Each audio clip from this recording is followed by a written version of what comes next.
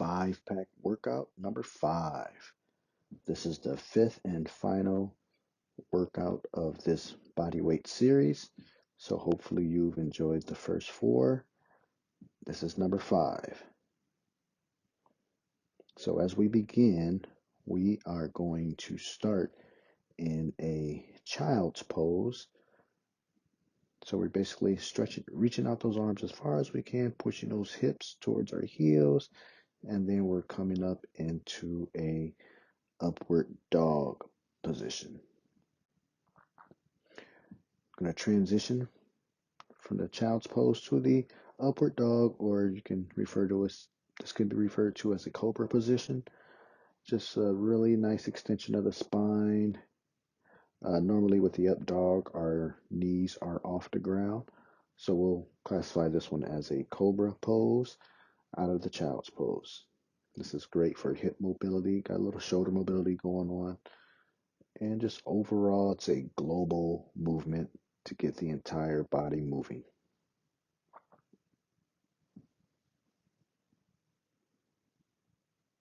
Make sure you're breathing through each rep.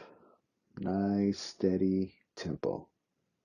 Slow to moderate. As you can see, I'm staying low to the ground as I transition from the child's pose up into the Cobra and pressing those hips all the way back towards my heels.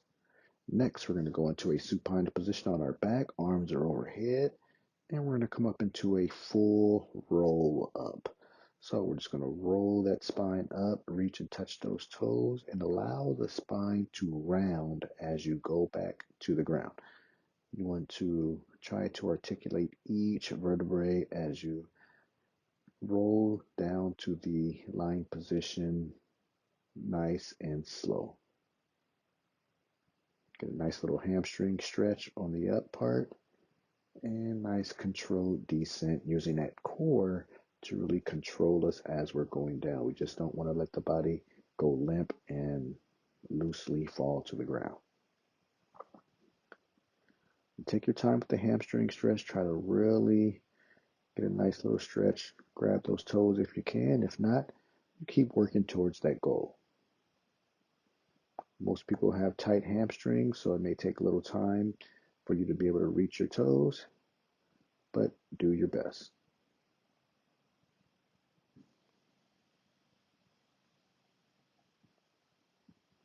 As always, make sure you're breathing through your repetitions. And I always like to make it a point to control my breathing before my breathing gets out of control. It's easier to catch your breath if you've created that rhythmic pattern. Okay, next we have a combination move. We're going to do a single leg RDL into a forward lunge.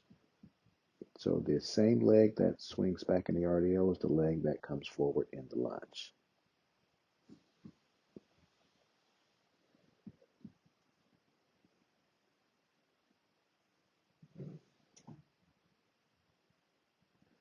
The single leg RDL really encourages you to maintain a good sense of balance and stability. If you find yourself losing balance, refocus, recenter, and redo it.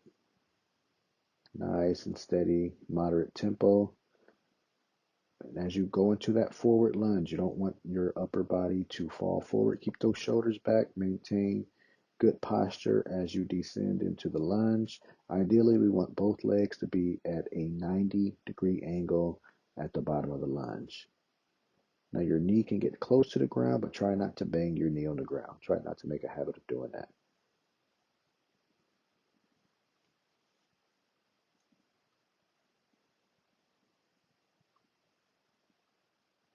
Nice controlled repetitions. As always, breathe through your reps. The goal is to master the movements. So take your time, focus on how it feels.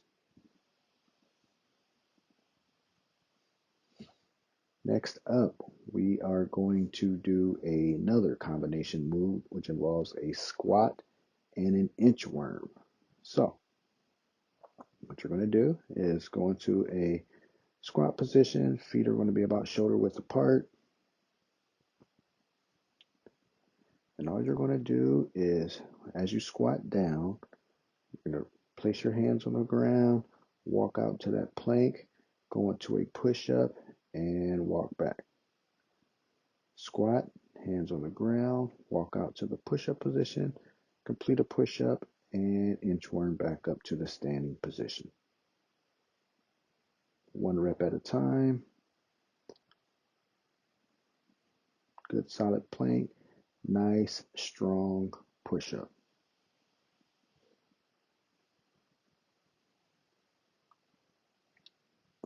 Upper body and lower body work with a little bit of shoulder mobility going on as we walk out into that plank. It's a nice little full body movement.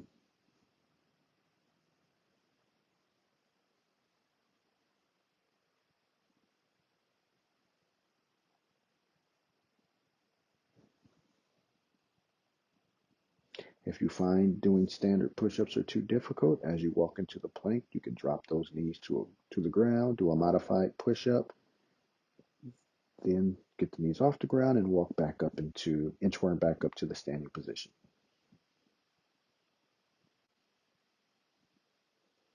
Ideally, we want to work on standard push-ups as much as possible. They really encourage us to use our core to stabilize, but sometimes we have to crawl before we can walk. So it's okay to use a modified version until you get strong enough to do the standard push-up variety. Next exercise in this particular circuit is an easy one. Just a basic burpee. No push-up at the bottom. We're just going to squat down, thrust the legs back, forward, and jump up into a jumping jack. Easy 10 burpees.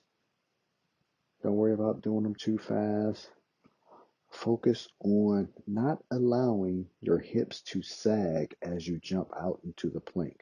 So you don't want your hips to sag. You're going to keep that core engaged.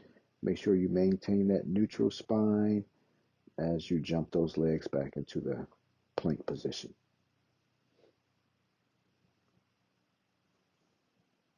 Easy 10 reps. Next movement, we will start in a quadruped position, which means we're going to be on all fours.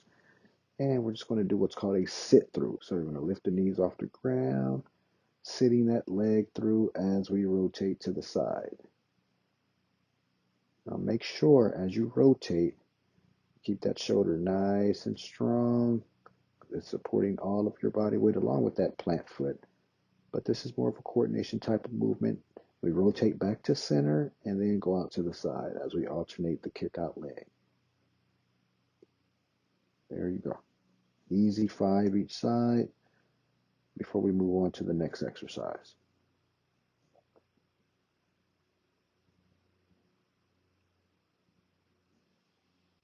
All right, so next movement, we are doing an alternating Spiderman push-up.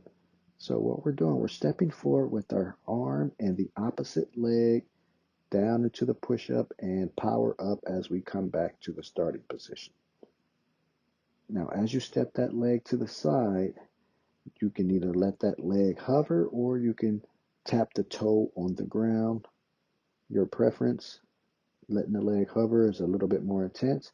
So if you're up to the challenge, by all means, try it out. Let me know how it feels. Next, we have what's called the skater lunge.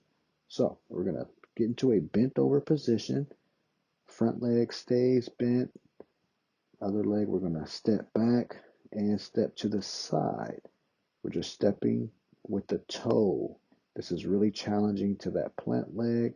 A lot of, got a nice little static contraction going on with that quadricep. It's going to really burn after 10 of these bad boys. But ideally, we want to keep that leg from moving as much as possible while the other leg goes back into the side. I'll do 10 each side to complete workout number 5.